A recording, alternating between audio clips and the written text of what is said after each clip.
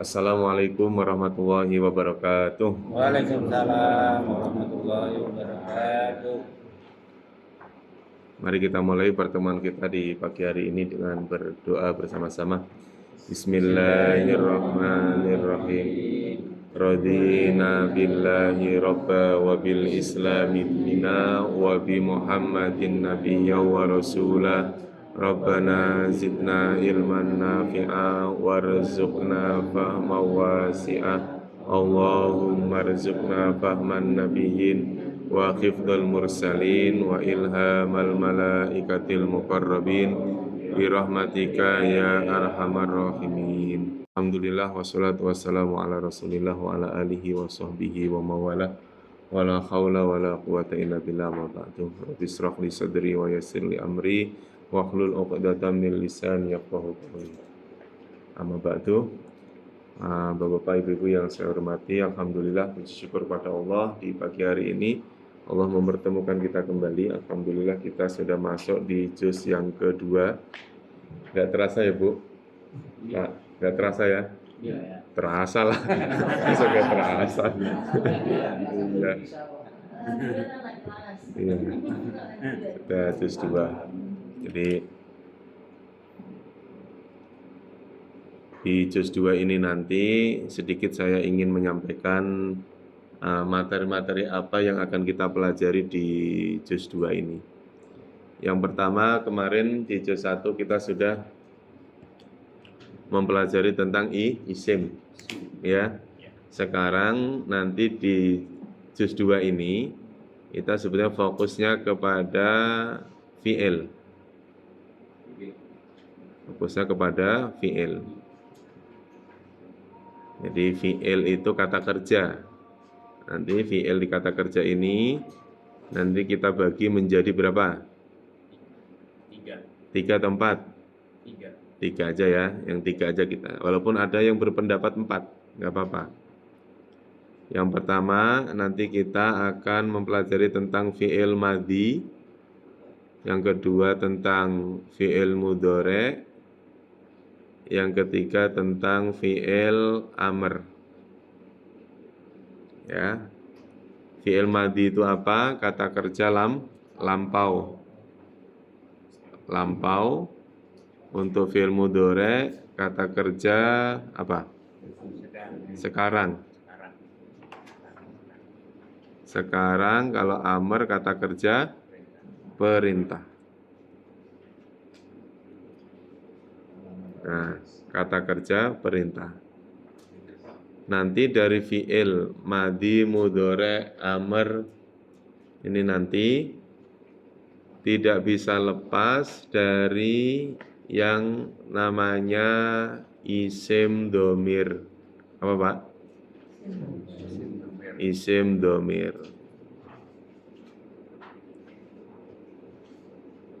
Jadi fi'il atau kata kerja tidak bisa lepas dari isim dhamir. Isim dhamir itu adalah kata ganti. Kata apa? Kata ganti. Huwa, huma, hum, iya, huma, huna, anta, antuma, antum, anti, antuma, antunna, ana, nahnu. Ini dhamir. Ya. Nah, dhamir itulah nanti yang akan menjadi pelaku dari kata kerja. Karena kata kerja di dalam bahasa Arab itu sudah include pelakunya. Jadi kalau misalnya saya nulis misalnya ini kataba, apa artinya kataba? Menulis. Kataba menulis. Nah, kalimat menulis ini kan tulisannya menulis. Itu pasti ada pertanyaan, siapa yang menulis? Apakah dia, apakah kamu, apakah saya, atau mereka, atau kalian? Itu pasti ada. Di dalamnya itu pasti ada. Nah itu nanti, inilah yang akan kita pelajari. Siapa pelaku dari kalimat kataba ini? Oh, kalau tidak ada wawu alif, tidak ada na, tidak ada tum, oh maka pelakunya tunggal. Tunggal itu apa? Huwa. Berarti kataba artinya dia menulis. Gitu ya. Dia menulis. Nah, taunya dianya dari mana? Taunya nanti kalau kita sudah mempelajari kata seperti ini, dianya itu tersimpan di dalam kalimat kataba. Tersimpan. Namanya mustatir. Mustatir itu apa? Mustatir itu yang tertutup. Satrun itu kan tertutup. Pelaku yang tersimpan di dalam kata kerja. Nah, itu nanti saya akan saya akan bagikan, ini contohnya nanti ya. Misalnya ada, nah ini seperti ini. Ini contohnya, ini contoh ya. Ini biar kita pusingnya di depan, Bu. Nanti tinggal biar panasnya di depan. Ya, nanti kalau sudah ada kopi kan langsung adem. Kalau nggak ada ya nggak apa-apa. Ini. Udah Pak, nggak usah diambilin kan. Kita belajar aja dulu, tenang. Nah, contohnya ini maksud saya gini. Contohnya, misalnya ada kalimat nih yang saya tunjuk nih, misalnya ja'ala. Yang ini ya, ja'ala. Ja'ala itu kan artinya telah menjadikan ini. Artinya menjadikan. Nah, kalimat ja'ala itu menyimpan domirnya ini. Apa bacanya? Huwa. Berarti kalau menerjemahkan kalimat ja'ala artinya apa? Dia telah menjadikan. Itu. Dianya tahu di mana? Tersimpan di dalam kalimat ini. Nanti kalimat huwanya itu nggak ada. Atau misalnya kalau ja'ala kan nggak ada cirinya. Atau yang ada cirinya Pak? Yang ada ciri wawu alifnya. Setiap ada kata kok ada wawu alif berarti itu menyimpan kata hum. Mereka berarti ja'alu berarti apa? Mereka telah menjadikan. Taunya merekanya dari mana? Wawu alif. Wawu alif itu adalah huruf yang menunjukkan kalau pelakunya adalah apa? Adalah mereka, yaitu mereka itu apa? Hum. Makanya nih Pak, ini menjadi syarat. Kan bener kan? Udah tak ketumpah di sini. Dah. Sampai mana tadi udah lupa kan? Makanya nih khusus ini. Mohon maaf dari kemarin saya nggak mau nyuruh ngapalin. Tapi kalau domir apalin Pak. Kalau domir khusus domir dan harus berurutan, nggak boleh diacak. Harus tertib. Huwa, huma, hum, saya dari atas ini ya. Kan paling kanan itu yang domir. Nih. Paling kanan domir. Huwa, huma, hum. Iya, huma, hunna. Nanti ke atas terus tuh. Aduh. Misalnya yang kuning. Anta, antuma, antum. Anti, antuma, antunna, ana, nahnu. Itu di buku sudah ada. Halaman berapa? Halaman 23. Bacanya dari atas ke bawah. Wa huma hum. Kalau pengen cepat hafal dilaguin. Wa huma hum, hiya huma hunna, anta antuma antum, anti antuma antunna, ana nahnu. Kalau yang di TikTok itu malah enggak gitu lagunya. Wa huma hum, hiya huma hunna. Anta antuma antum. Kayak gitu. Di TikTok itu ada di TikTok.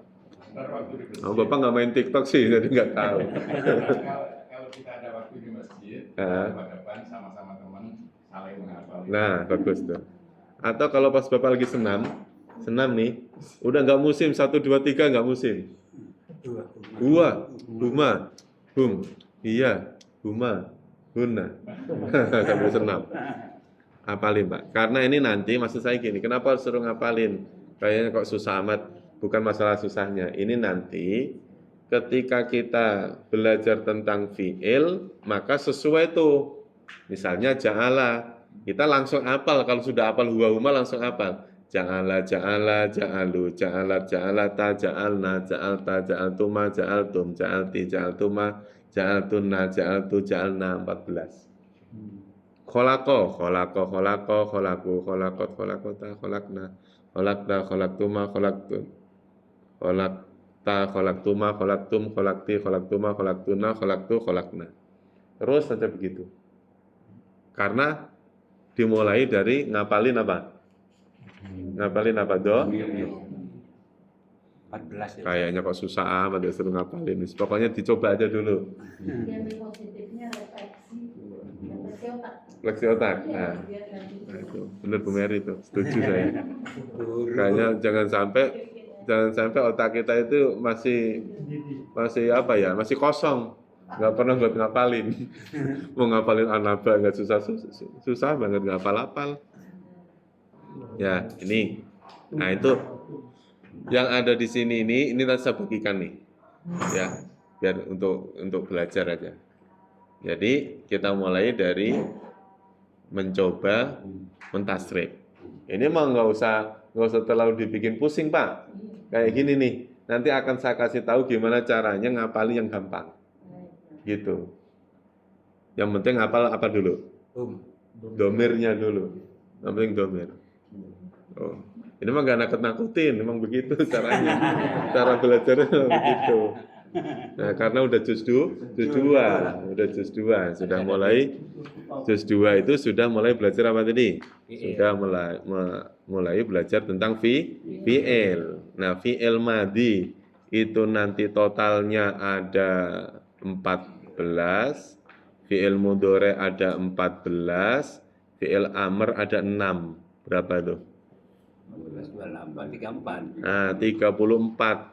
Jadi kalau kita tahu kalimat kataba, satu aja kataba ini, maka kita sudah tahu bentuk kataba yang lain 34 biji itu. Banyak. Tapi kayak gitu mah gak usah dihafalin, bener gak usah. Yang penting domirnya hafal. Yang kalimat kataba, katabu gak usah dihafalin. Karena yang penting kita itu nanti tahu, oh kalau berakhiran tum, itu domirnya antum. Kalau berakhiran na, domirnya nahnu. Berakhiran wawu alif, domirnya hum. Nggak kenceng salah. Kacau. Aduh, salah. Nah, kita mulai ya. Nanti kita coba praktekkan. Kami khawatir Pak belajar dari kesalahan. Udah, pokoknya gini, anggap aja kesalahan itu pokoknya sesuatu yang menggembirakan. Gitu aja udah, jangan dibawa hati ya Pak ya. Jangan masukin hati. Kalau saya ngomong apa jangan masukin hati, jangan. Bismillahirrahmanirrahim. Langsung ke ayat 142. Sayaqulus sufaha'u. Sayaqulu itu dua kata. Ya, sayaqulu dua kata. Ini ada kalimat sa, ada kalimat yaqulu. Sa itu sendiri artinya akan. Ini kalimat ini udah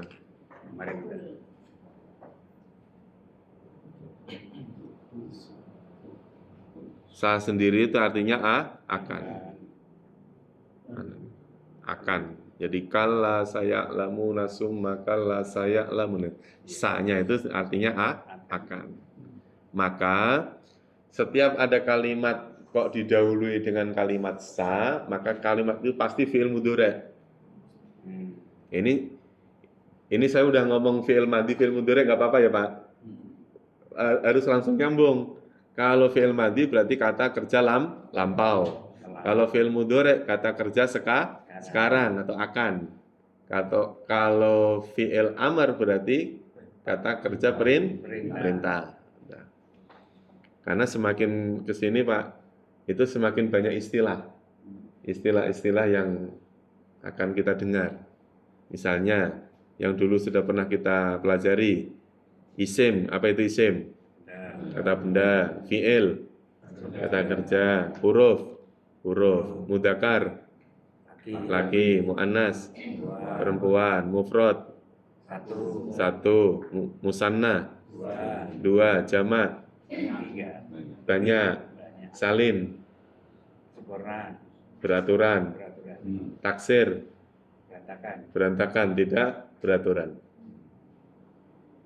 Apalagi? Bukan itu ya. Madi, lampau. Mudore, sekarang. Amr, Perintah. domir, Kata ganti. kata ganti. Kalau yang akan datang, Akan datang mudore, maksudnya di mudore.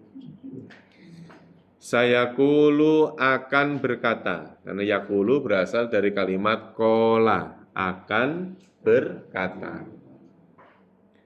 Siapa?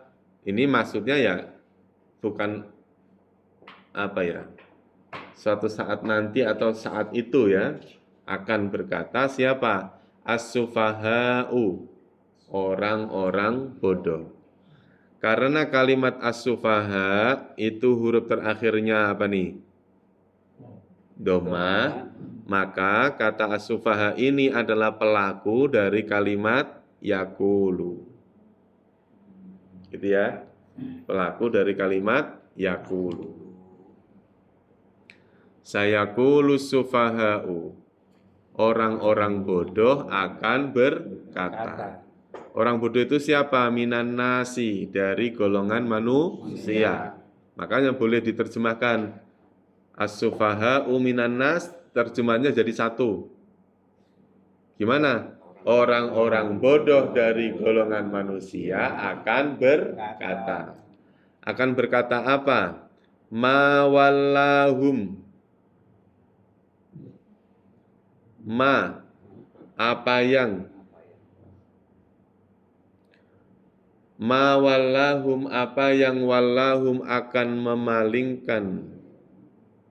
Tapi kalau wallah ini nggak usah dikasih akan, juga nggak apa-apa, karena wallah ini bukan fi'il mudhari'. Maka justru malah fi'il apa? Fi'il madhi. Jadi diterjemahkan gini, ma wallahum, apa yang memalingkan mereka. Memalingkan itu maksudnya apa, Pak? Berpindah dari penghadapan yang satu ke penghadapan yang lain, itu berpaling namanya. Tetap menghadapnya tetap, tapi berpindah arah. Jadi misalnya saya menghadap ke selatan, saya berpaling dari selatan menghadap ke barat.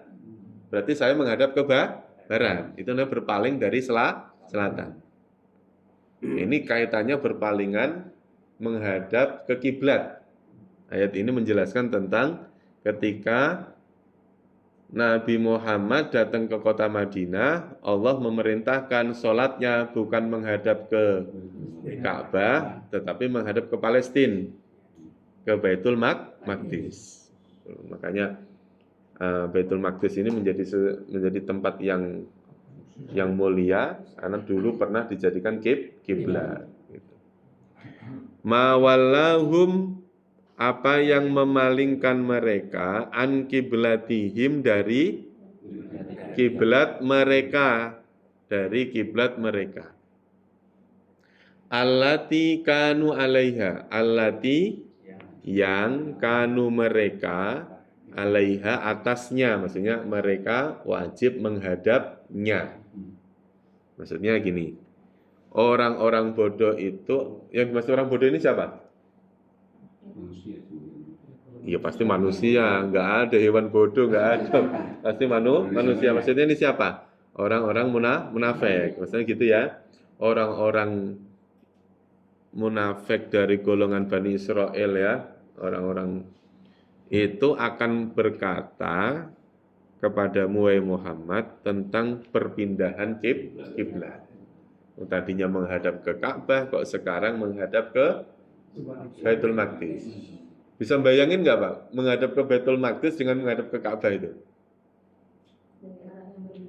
Justru arahnya itu berlawanan. Jadi misalnya ini Ka'bah di sini, kan kalau kita ke Madinah itu kan ngalor ya Bu? Ngalor ya? Dari Mekah nih ke Madinah, ngalor kan? Ngalor. Misalnya Madinah di sini, orang sholat kan menghadap ke sana Pak? Baitul Maqdis di mana? Lebih utara lagi kan? Sini Baitul Maqdis. Jadi orang menghadap ke sana itu membelakangi Baitul Maqdis. Sementara Allah memerintahkan menghadap ke Baitul Maqdis, membelakangi apa? Ka'bah. Itu parah itu. Itu sampai ada yang mengatakan 16 bulan. Rasulullah itu sholat menghadap ke Baitul Maqdis. Gitu. Itu puncaknya ya di Kiblatain itu, Masjid Kiblatain. Coba lah nanti kalau kita jalan-jalan ke Madinah, itu ada masjid namanya Masjid Kiblatain. Itu perintah turunnya Allah itu memerintahkan kepada Nabi Muhammad sholat menghadap ke Baitul Maqdis. Ma wallahum an qiblatihim allati kanu alaiha. Qul katakanlah.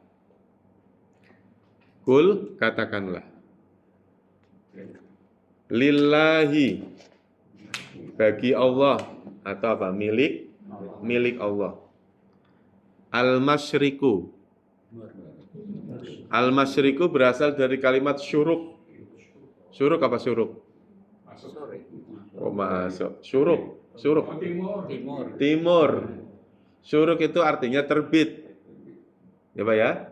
Syuruk itu artinya terbit. Jadi kalau kita misalnya sholat syuruk, itu sholat ketika matahari terbit. Syuruk.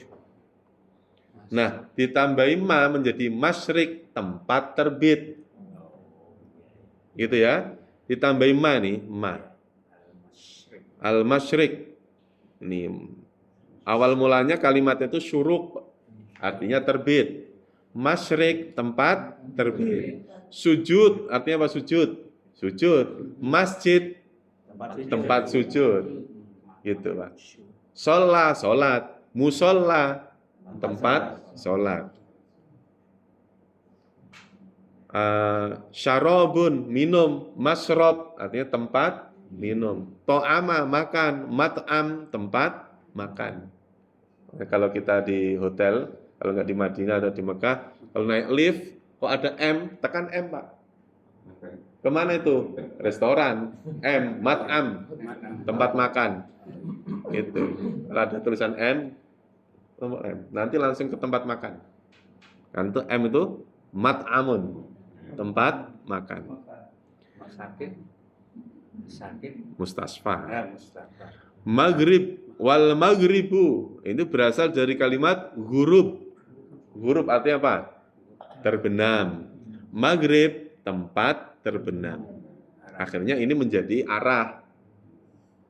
Terbitnya matahari selalu dari timur, terbenamnya selalu ada di barat. Gitu. Jadi kul katakanlah lillahi milik Allah lah al-masyriku arah timur wal maghribu dan arah barat.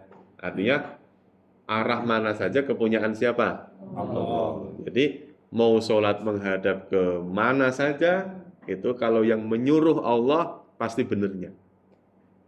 Itu. Makanya kemarin kalau di ayat sebelumnya fa aina ma tuwallu fasamma wajhullah. Dimanapun kalian berpaling menghadap, disitulah wajah Allah. Berarti menghadap kemana saja boleh Pak. Kecuali kalau ada syariat yang mewajibkan harus menghadap ke suatu arah. Ya, misalnya nih orang berdoa menghadap kemana?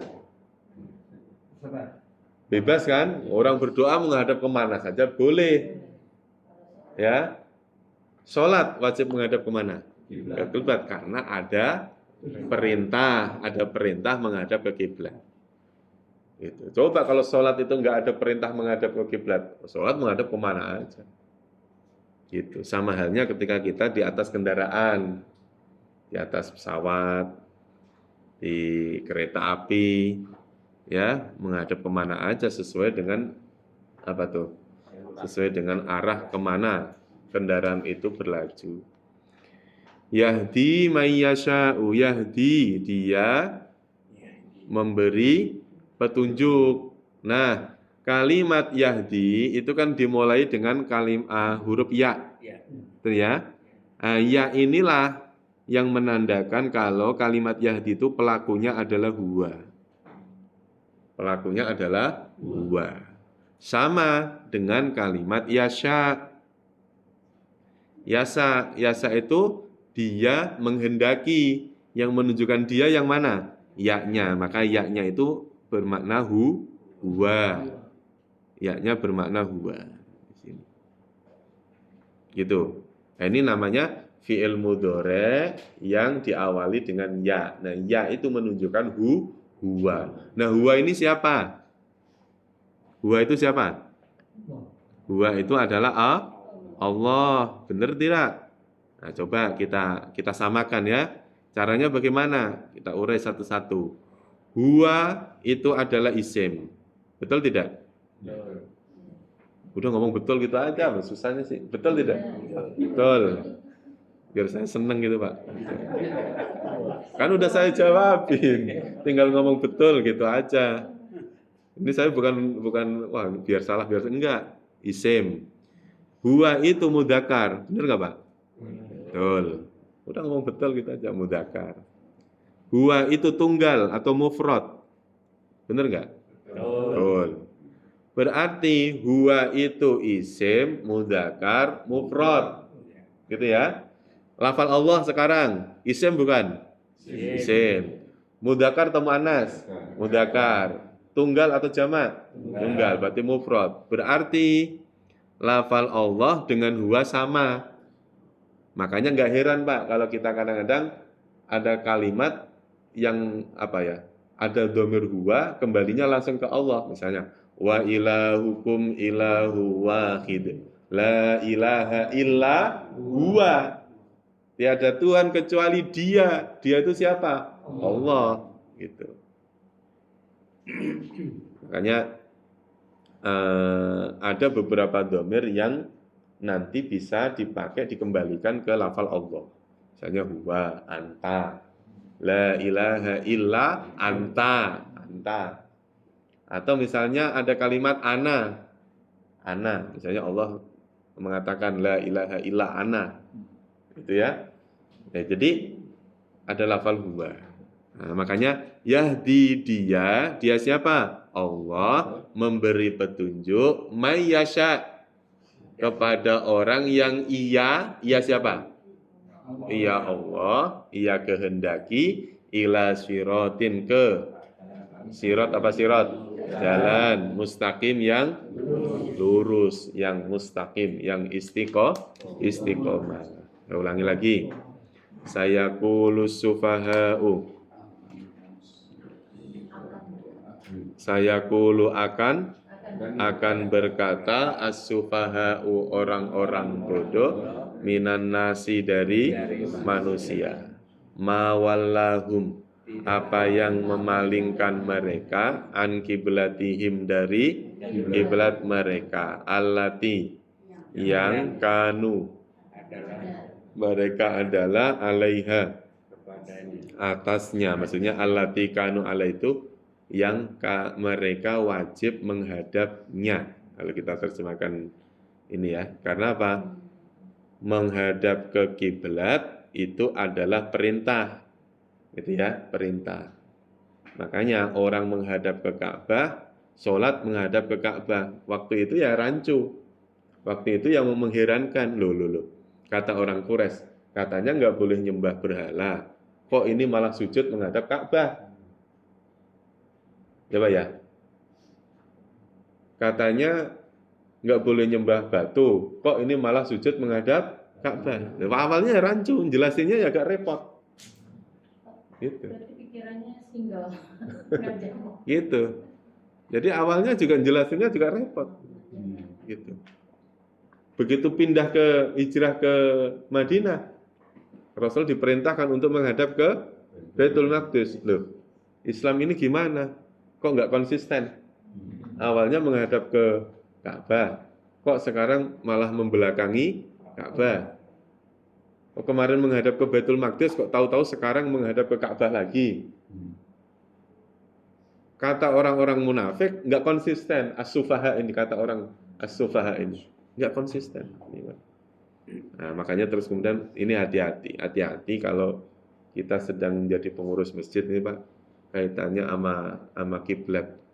Kita jangan terpengaruh dengan orang-orang baru datang, tahu-tahu main ngukur ulang. Kadang-kadang ada tuh Pak, main ukur ulang. Wah ini menghadap ke Barcelona ini. Nggak ngadep ke Ka'bah gitu. Jadi hati-hati ya Pak. Nanti soalnya takutnya itu menjadi apa? Menjadi apa ya, kayak konflik antar pengurus. Seolah-olah pengurus yang lama ini kerjanya nggak benar. Padahal udah diukur bolak-balik, udah tuh Kemenak didatengin, orang KUA didatengin, suruh ngukur kan, supaya ini benar-benar lurus. Begitu ada isu tentang apa dulu itu? Pergeseran. Benar tuh, pergeseran Pulau Jawa yang sampai 40 kilo. Nah, akhirnya terkena isu itu. Padahal Pulau Jawa bergeser 40 kilo itu nggak ada 1 derajat itu. Kalau kiblat kita misalnya bergeser, nggak ada 1 derajat. Makanya nggak perlu diukur ulang dan segala macam. Karena yang wajib menghadap kiblat itu nggak cuma sholat, mayit itu wajib menghadap kiblat.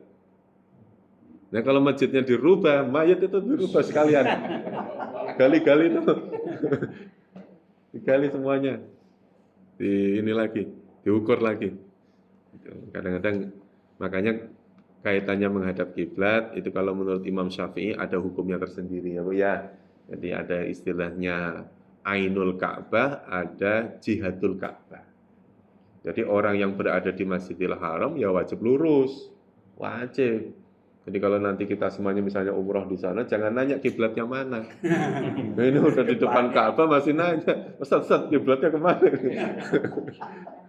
Masih nanya, Ka'bah di depan mata kok nanya kiblatnya mana. Gitu. Makanya kalau di Ka'bah sholatnya muter kan Pak ya? Lingkar kan? Lingkar. Itu menandakan kiblat ini pusat ya. Makanya dinamakan kiblatun. Kibal itu artinya arah. Kalau sudah ada tak marbutohnya, arah yang menjadi tujuan, senternya. Makanya Ka'bah itu menjadi senternya bumi. Ya benar ya? Kiblat itu, Ka'bah itu menjadi pusatnya bumi. Di atas Ka'bah, kompas nggak berlaku. Nah, nanti dicoba lah. Di atas Ka'bah, nanti kalau kita ke sana, di atas Ka'bah, kompas sudah nggak berlaku. Kan itu langsung pusat. Kalau ditarik garis lurus, Pak, tarik garis lurus, nanti ketemunya apa? Ares, ketemu Sidratul Muntaha, Baitul Ma'mur. Ketemu ditarik garis lurus. Ka'bah itu. Makanya yang menemukan pertama kali, yang menentukan siapa? Kalau pusatnya itu di situ. Yang menentukan pertama kali siapa? Ibrahim. Nabi Adam. Yang membangun Nabi Ibrahim. Yang menentukan titiknya, batu ditaruh di situ, itu Nabi Adam. Akhirnya batu itu, kemudian terus Allah memerintahkan Nabi Adam jauh-jauh dari mana? Dari Palestina ya. Dari Palestina untuk datang ke Mekah untuk membangun Ka'bah. Supaya batu itu nggak kemana-mana. Kalau jam itu ada di sana ya? Jam itu perkara baru, bid'ah itu Pak. Jam jundung yang gede itu kan? Bukan, maksudnya kalau jam itu kan dari Inggris ya, kayak kita itu 7 jam. Kalau dari Mekah kita bedanya 4 jam. Itu kenapa nggak dari hitungnya kok juga? Itu hitungannya kalau nggak salah pergeseran matahari deh, kalau nggak salah. Saya nggak tahu itu. Jadi hitungan itu pergeseran apa? Pergeseran matahari. Saya dari sini geser ke Mekah itu dihitung kecepatan apa namanya? Kecepatan matahari.